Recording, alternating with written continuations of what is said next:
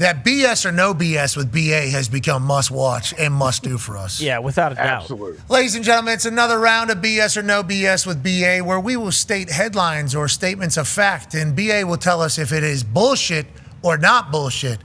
And this has become good because these are some headlines that could potentially run a little bit. Ty has the first one for you, Coach. Yeah, BA, in the first hour, we talked about John Harbaugh, and, Pat laid out the stats, how many blown fourth-quarter leads they have. For whatever reason, they just can't seem to close it out. We always expect them to be one of those teams to win a Super Bowl, but now a lot of people are saying John Harbaugh has become a liability for the Baltimore Ravens. Yeah, I know. John? I know. So I'm asking you, BA, is that BS or no BS? No, that's total BS. Okay. John Harbaugh's a hell of a coach. And there's a lot of things that go into it. That fourth quarter defense got to get fixed, that's for sure. And I'm sure Chuck and the guys over there on defense are going to get it fixed, get those guys back healthy. And they're going to be there in November, December. Baltimore Ravens, they got Lamar. They got everything it takes. They're scoring points.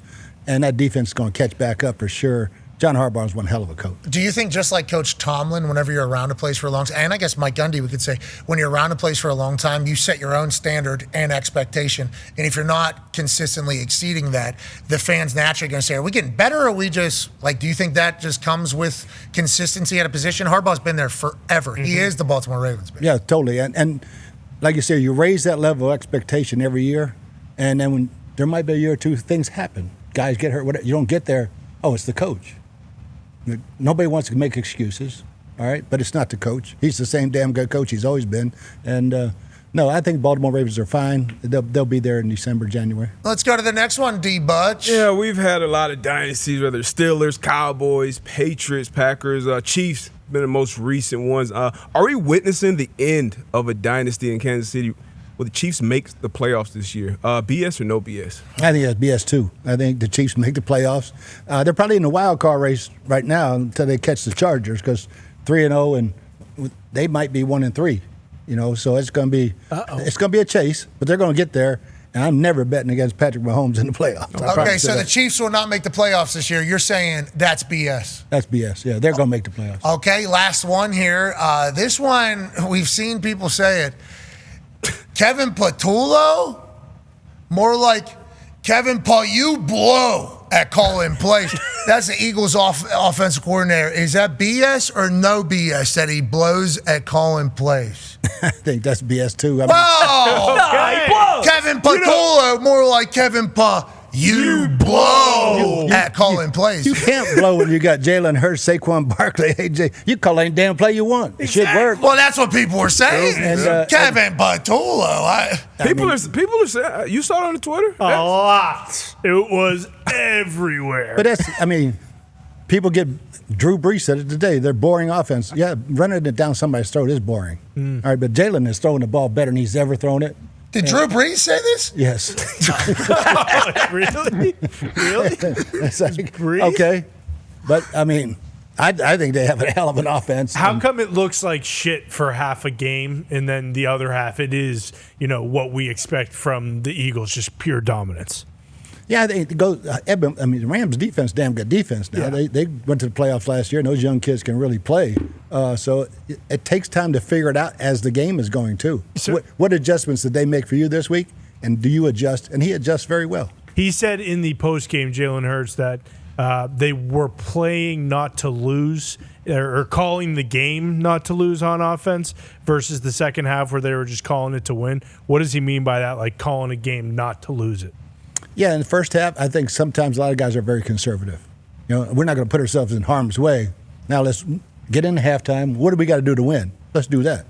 All right? So I'm not going to put us in a position to lose the damn game early, throwing it all over the place and making mistakes. And he's keeping it very close to the vest. And then when crunch time comes, they roll, they score points, and they win games. Are we going to see more of what we saw in late third and fourth quarter from Jalen Hurts in this offense? You think if you're offense coordinator, does something like this empower you to call it a little bit more than maybe you would have before this performance? Probably not with that offensive line and Saquon. They're going to start there every time until you shut it down.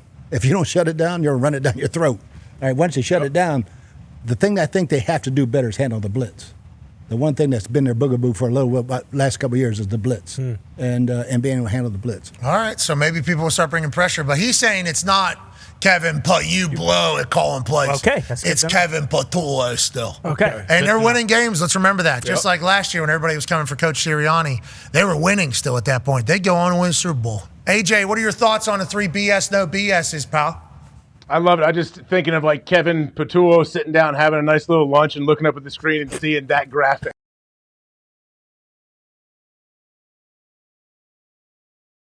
Yeah, exactly. I hope the volume's up. I hope the volume's up so he knows BA is on his side. It's BS. It is not. That's why I said we need the circle. after. We need the circle. I see the circle. This one's circled. Circle. BS. I see it. Okay, there it is. Okay, it's Okay. BS. That's BS. Joining us live from beautiful, sunny Tampa Bay, Florida. This man is a 14-year NFL vet.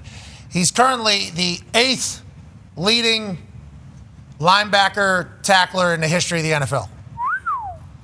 Currently on the season has 22 tackles, 1.5 sacks. He's all over the place. Ladies and gentlemen, an absolute stallion. Linebacker for the Tampa Bay Buccaneers, Lavonte David. How you doing, man? I'm good, man. How y'all doing? Appreciate Great. you for having me. Hey, no problem. Thank you for joining us. We're not undefeated, you know. We get some losses. You guys undefeated down there. How does it feel down in Tampa Bay? BA tells us it's a magical feeling down there. Feels like all of the pieces are back in the right place. Are you feeling that as well with this Tampa Bay Buccaneers team? Yeah, man, it is definitely feeling good. My guy BA, I'm sure he giving y'all all the details about Tampa. But it's definitely feeling good, man. We off to a good hot start. You know what I'm saying? A lot of resiliency been shown these past couple of weeks, but hopefully, you know, we can make these next couple of wins be more easier. Yeah, a lot of cardiac situations, 4 straight fourth quarter comebacks for the Tampa Bay Buccaneers. Obviously, Baker Mayfield getting heralded on the defensive side of the ball, making stops in critical moments as well. It's your 6th year, I do believe, if we did our math right, in a Bulls defense. What is it like at this stage of being in the same defense or understanding the same language for you? And how do you think the defense as a whole is doing? I think we're doing better, man. I think we came a long way from when we first, you know, came about, especially starting from training camp to now. Like you said, man, this being I believe it's 7, honestly. I think it's my 7th year in this defense. And I'm kind of like that guy, you know, when questions need to be asked and guys scared to ask coaches, they come to me, you know. So, it's definitely, I'm comfortable in it. You know, I know what Coach Bowles expects from everybody that's out there. And when I'm out there, man, I just try to figure out what he's thinking about. So, you know, I kind of like try to beat him to the punch when he want to make a call and stuff like that. Yeah, you're triple OG out there, bro. You're the 8th leading linebacker tackler in NFL history. 14 years. You've been around a long time. Love that you're taking on that leadership role and have for a long time. Go ahead, AJ. Yeah, I want to talk about your quarterback a little bit, Baker Mayfield. Obviously, everyone loves the guy and loves how he competes. What was it like competing against him in training camp, and what's it like being around him every single day and seeing how he leads this team kind of offensively? It's always fun to go against Baker, man. You know, he's somebody who, when you chirp at him, he's gonna chirp back, and it's amazing. You know what I'm saying? You don't wanna go out there and be talking trash to somebody, and you feel like you're just talking to yourself.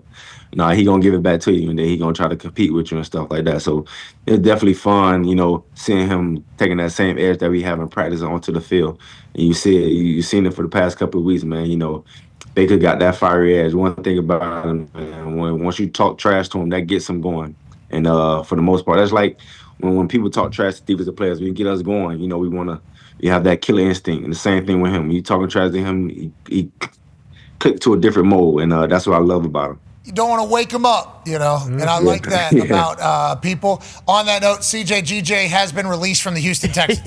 That is actual news. That is breaking news. Wow. CJGJ has been released from the Texans. The reason why that comes up here is because obviously Baker Mayfield down. We think maybe bruised patella, maybe. And then CJGJ says something and he kips up like he's Shawn Michaels.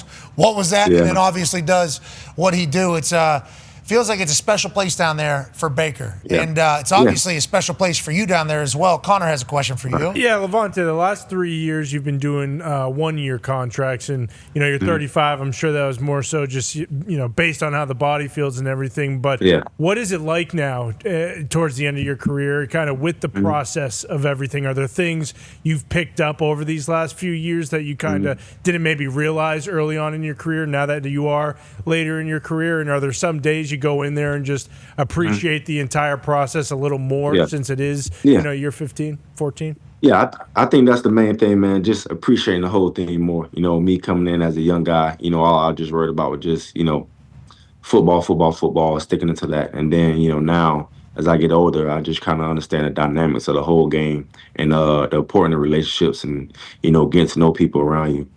And I think Jason and the guys been doing a great job of just being transparent with guys, being transparent with me in particular about what they expect from me and how they view me when I come into the building and stuff like that. And then it's just been real good dialogue going back and forth on how we going to treat these years or whatever those years is, year in and year out, and how we going to move forward from that. But I think it just what keeps me coming back, man, is just just the transparency from those guys, and then obviously, man, the relationship that you build in the building. Me being there for 14 years, I'm the longest tenured guy there, so it's definitely been kind of like fun, just getting to know everybody even more. A lot of different eras of Tampa Bay Buccaneers football that you've been through. Let me read this list of the top 8 total tacklers, because I got sent this stat about you this morning, and I'm like, damn, I don't think anybody knows that. More people should. Ray Lewis, London Fletcher, Bobby Wagner, Junior Seau, Jesse Tuggle, Zach Thomas, Derek Brooks, Lavonte David. Okay, that's the Hall list. Of Famers. That's right. Hey, man. Good on. It all worked out, bro. It all worked out. Now, I know you're still in the middle of it, so we can't just do as much reflecting, and we got to worry about the day-to-day. But on that note, D-Bud has a question for you. Yeah, you talked about 14 years. A lot of that, I mean, we always talk about your best ability being availability. 14 years. What have you been doing to take care of your body, not only during the season, during the off season? And are there any other goals out there? You've obviously won a Super Bowl. Any other goals, career goals that you have that you maybe want to meet before you hang it up? Yeah, man. The first part of the question is, man, what I try to do is give my body a little rest as far as like physical activity. You know what I'm saying? So the most thing I do is probably do a little cardio and things like that. You got to keep your wind up when you're playing this game. Kind of keep my endurance going, and then as the off season progress, I kind of like figure out what I need to work on more, like what's hurting me more, and things like that, and I kind of work on that throughout the process. And then by the time spring or summer come around, I can get into the hard weights and the explosive lifting and then the full sprints and stuff like that. And then just throughout the season, man, I just been trying to. I do just be transparent with the training staff and the people who I work with about just, my, lowering my workload and stuff like that. But I'm a guy who, BA could tell you this, man. I'm a guy who, like, I need practice. You know what I'm saying? I don't feel right if I don't have practice. You know what I'm saying? Mm-hmm. Like, sometimes they have to tell me, like, nah, man, you can't practice today. Things like that. But that's just me. You know what I'm saying? So that's just how much I love the game. And, I just try to be overly prepared as much as I can, as much as possible. And then, just goals and stuff like that, man. Like, really no goals in particular, man. Like, I always say, man, once I stop loving the game of football, I'll be done playing the game of football. And right now, I'm still in love with it. I'm still having fun with it. As you can see, we all to a 3-0 start, so that's extremely fun for me. I've never been in this situation before, so I'm taking advantage of it for sure. But definitely loving what we're doing, and I think we can be a championship team this year. Yeah, it's extremely rare to be 3-0, and that's strictly good times down there in Tampa, I would assume, at this point. I don't know about goals and scats. I don't know if that's how you say stats or not with that type of lingo, but there was one that might have been left on the board. Coach B.A. actually has a question. Bro. How long you been on the jugs machine the last 2 weeks? You stole Vita's interception and you dropped it. Yeah. He been I know he's wearing you out about it too. Yeah. Since that day, I haven't heard from him just trash talking me. Then he recovered the fumble this past week, and we get on the sideline talking about something. I could have had 2 turnovers so far. So, hey, that's right. The one thing I want people to know. The thing I love about you most is I did have to make you take a day off, right? Because he would never take a day off. And that's what the great ones do, and one of the greatest to ever play the game. B.A., when you get to that building, obviously we see the success that you guys end up having. Having him in the building, though, is a massive piece of that entire building up of the foundation of the entire franchise again. Oh, totally. He'll know. I mean, he'll tell you that I rely a lot on my veterans. And this guy was in my office because I brought him up there. What do we got to do? I want to hear it from the vets, and no one ever bullshitted me or anything. Lavonte was the best one.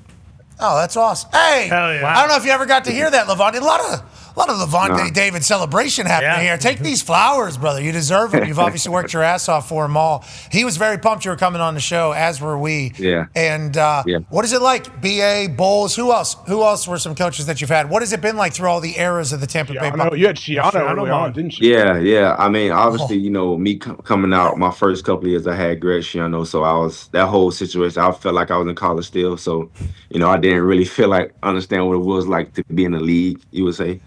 And then yes, we would say. Everybody was saying, yeah. We taking a knee or no, we're not. Are we? And then going to Lovie Smith. A lot of ups and downs those 2 years, and then going on to Dirk Cutter. It was pretty smooth, but we didn't have a identity as a football team. We didn't have no real culture. And then when Coach BA got hired, he could probably he could tell you this too. I thought about leaving.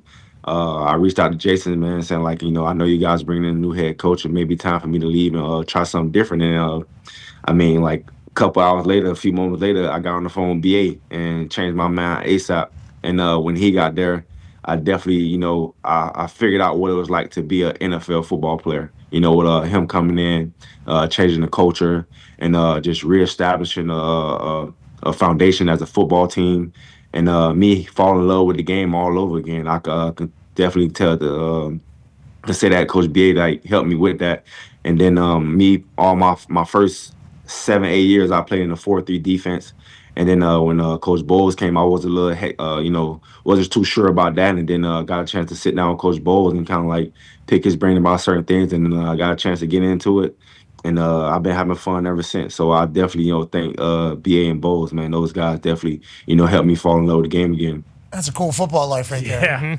Yeah, that is a very cool football. BA, that's got to feel good to hear from one of your players. I mean, we're having good moments right now. Yeah, it's awesome. And I had the great honor of being there this weekend, and the guys from '76, and I sat in the room with Hardy Nickerson and Derek Brooks, and now you. I mean, that's the chain of command. Hardy Nickerson handed it to Derek Brooks handed it to Lavonte. I'm worried who you gonna hand it to. You got to stay for a couple more years, man. We got to find somebody for you to hand it to. Yeah, but let's keep running up those 1-year deals. Fully guarantees. And those tackles. That's good business. We like that. Let's talk about the team you guys have right now.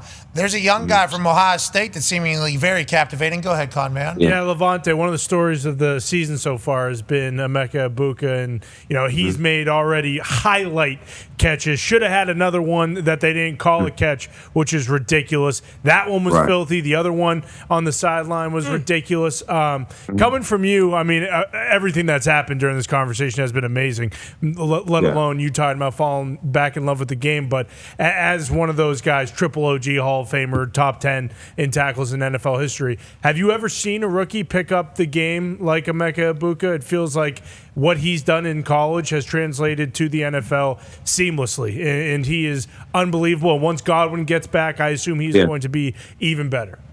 Yeah. I mean, I got asked the question before, and I always say, man, when I first saw Chris, he was in a similar aspect, but Chris didn't get the opportunity right away because we had Deshaun Jackson and things like that. So, and then like just seeing Emeka come in and just drill guys with questions and just how the way he go about his business, the way he handles everything. I used to watch the film. Though I watched the rookie mini camp. And then I watched, OTAs and all that stuff when I wasn't around. So I just got a chance to see, like, okay, this kid, like, he's getting it. Like, everybody's gravitating to him. Baker is feeding him the ball, so he must be doing something right. And then I got a chance to see in the training camp. He's a kid. We don't even call him a rookie, man. He's definitely, Oh, no. Too much compliments. Too many compliments to a rookie. He's back. Yeah. We lost you there for a second. You were complimenting him mightily, and then it cut off because you're too nice to a rookie, even though you don't consider him a rookie, is what you were saying. It got cut off. But you're saying all good things about him literally since the day he got to Tampa. Yeah, since the day he got to Tampa, man, he carried himself like a vet. And like I said, man, we don't even look at him as a rookie no more. He's helping us big time. And the way he do things, the way he carries himself on and off the field, he's a man of God. He's always working on himself. Just trying to be better and better and trying to help us win. And it shows, man. Baker's found him. That means, he's doing something right when your veteran quarterback have a lot of confidence in you. What did Baker say about the one-handed catch? That he disrespected his ball?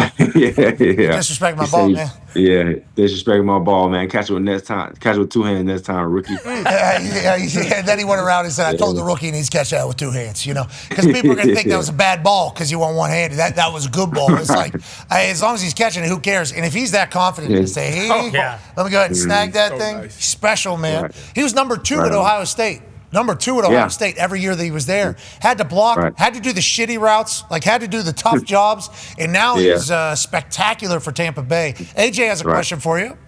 Yeah, Lavonte, being in the league 14 years, you've kind of seen different eras of offenses and how they try to attack defenses. There's spread them out. We've seen that. Sometimes I think now it's starting to get a little bit more downhill, trying to be able to pound the ball with what the Eagles were able to do last year. Do you take pride in being able to last that long and be so durable and play and start every single game?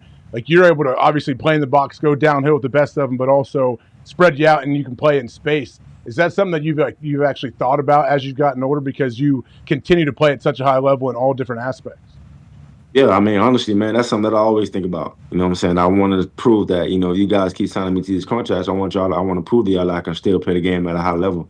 No matter how younger the talent gets, just know that I'm still going to come out there and do my best and do my part. And like you said, man, nowadays the offenses try to do things to kind of get you, try to out leverage you and stuff like that defensively. And so, for me, it's all a mind game for me. So I love those mind games. I love facing challenging offenses. So they help me, help my game as much as I can. And when they try to get you in space and things like that, I just want to show that I still can make those tackles just like the younger guys and stuff like that. So even when they get to a physical football game, I still want to let y'all know that I can still bring it. I still remember last year we was playing the Chargers. The Chargers was down here running the football team, and I made a couple plays, and Coach Larry Foote, he had to put me to the side and say, "Hey man, you ain't young no more. You got to chill out with all that." So, that right there kind of boosted me a little bit. Okay, I still got it. You know what I'm saying? So, just because the game kind of did go away from that a little bit, and now you're getting back to the physical football. So that's what I love to see. Yeah, you got former teammates coaching and people you played against now, and I assume there's going to come a time soon where you're going to be playing with somebody's kid that you played alongside. And every play, just I'm not old. Eat it. I love everything. Whatever motivates you to be great. Obviously, it's working. Yeah. Coach has a question for you. Yeah, I know you were surprised, but I thought Tyrod Taylor played his tail off in that game, man. Yeah. And I know you guys you do not sleep on him, and you chased him around all day and he played really good for him. But I just want to give him some props. But for you, chasing him all day, it's still amazing to watch you play, man. Oh, look at this! You're not old. Yeah. You're not old. Oh.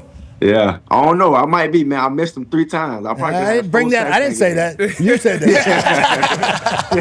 All right, let's talk about who. Go ahead.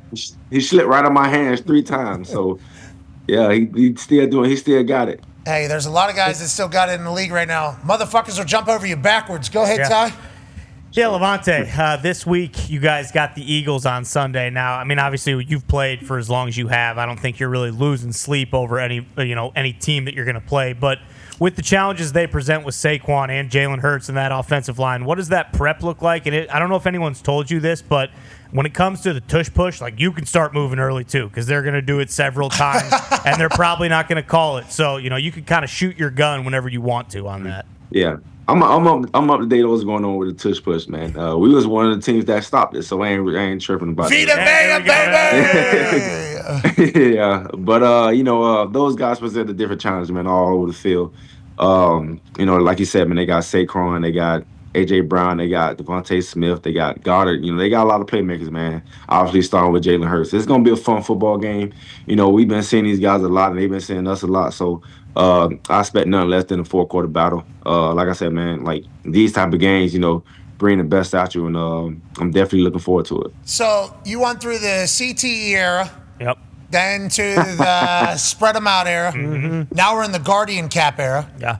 AJ started this entire thing. AJ, anything to say about the ability to evolve throughout the different eras? All right, man. Well, good luck on your next 14 years of your NFL career, I guess. Seems like it's just going forever. And we appreciate your time. Yeah, appreciate y'all, man. We'll see what next year brings, but we're going to worry about this year right now, man. Appreciate y'all. Amen. That's Super Bowl champion and future Hall of Famer, Lavonte David. Yeah, Lavonte! Hey, that had to be pretty cool. That was sick. That was awesome. Anytime one of your players says, hey, everything you were doing worked, That has to be pretty fulfilling. Legit. Said he found his love for football. Wanted to leave. Yeah. Get me out of here. Maybe the game.